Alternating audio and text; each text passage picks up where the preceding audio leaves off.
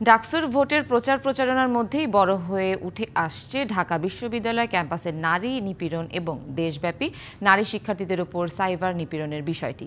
এ নিয়ে উত্তেজনা বিরাজ করছে। একই সাথে ডাকসু নির্বাচনের এক নারী প্রার্থীকে গণধর্ষণের হুমকির প্রতিবাদে ঢাবিতে ছাত্রদলের বিক্ষোভ কর্মসূচি চলছে। ছাত্রদল এই হুমকির জন্য ছাত্র শিবিরকে দায়ী করেছে এবং অভিযুক্ত শিক্ষার্থীর শাস্তি দাবি করেছে। তারা আরও দাবি করেছে যে রাজশাহী বিশ্ববিদ্যালয়ের ছাত্রদল নেত্রীদের হেনস্থা এবং সারা দেশে নারী শিক্ষার্থীদের উপর সাইবার বুলিংয়ের শিকার। এই উত্তেজনার মধ্যেই ডাকসু নির্বাচনের প্রচারণা চলছে। তবে নারী প্রার্থীকে হুমকির ঘটনা নির্বাচনী পরিবেশে নতুন উদ্বেগের জন্ম দিয়েছে। ডাকসুর ভোটের প্রচারণার আরও খবর জানতে যুক্ত হচ্ছেন সহকর্মী সুলতানা স্বর্ণা। স্বর্ণা, আজ কেমন দেখছেন ভোটের হাওয়া?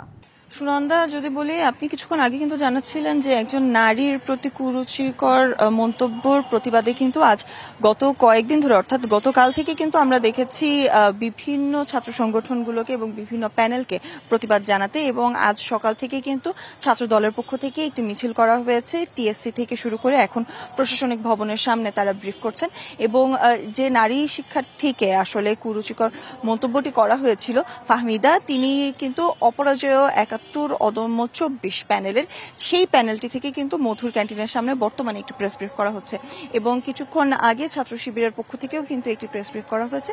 এবং প্রত্যেকটি প্যানেল থেকে, আমরা যদি বলি বামের কথাও যদি বলি, প্রতিরোধ পরিষদের কথাও যদি বলি, প্রতিটি প্যানেল থেকেই কিন্তু এই ধরনের কুরুচিকর মন্তব্যর কিন্তু তীব্র নিন্দা এবং প্রতিবাদ জানানো হচ্ছে। এবং সেক্ষেত্রে দুটো জিনিস কিন্তু সুস্পষ্টভাবে চলে এসেছে। প্রথমত, কিছুক্ষণ আগে ছাত্র দলের পক্ষ থেকে তাদের ভিপি প্রার্থী আবিদ কিন্তু বলছিলেন যে প্রথম থেকেই যদি সাইবার বুলিং এর ক্ষেত্রে প্রশাসন, অর্থাৎ নির্বাচন কমিশন এবং বিশ্ববিদ্যালয় প্রশাসন যদি কঠোর পদক্ষেপ নিত, তাহলে কিন্তু এতটা আসলে সাহস পেতেন না যারা কুরুচিকর মন্তব্য করছেন তারা। এবং তার পাশাপাশি ছাত্র শিবিরের পক্ষ থেকে কিন্তু গতকাল একটি স্মারক দেওয়া হয়েছে প্রশাসন বরাবর, এবং তার পাশাপাশি তাদের দিকে যে আঙুল তোলা হচ্ছে যে তাদের কর্মী একজন এই ধরনের মন্তব্য করেছেন, সেটিকে কিন্তু কিছুক্ষণ আগে সাদিক কায়েম অস্বীকার করেছেন।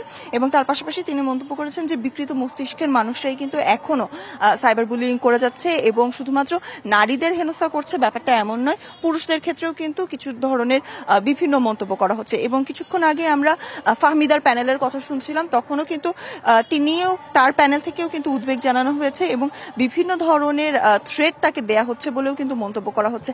আসলে সুনন্দা, নির্বাচনী হাওয়ার ভেতরে কিন্তু গত ২৪ ঘন্টায় আমরা বিভিন্ন পালাবদল দেখছি, এবং এই ধরনের সাইবার বুলিং এর ক্ষেত্রে কিন্তু প্রশাসনের কঠোর পদক্ষেপ প্রার্থীরা এবং শিক্ষার্থীরা আশা করছেন।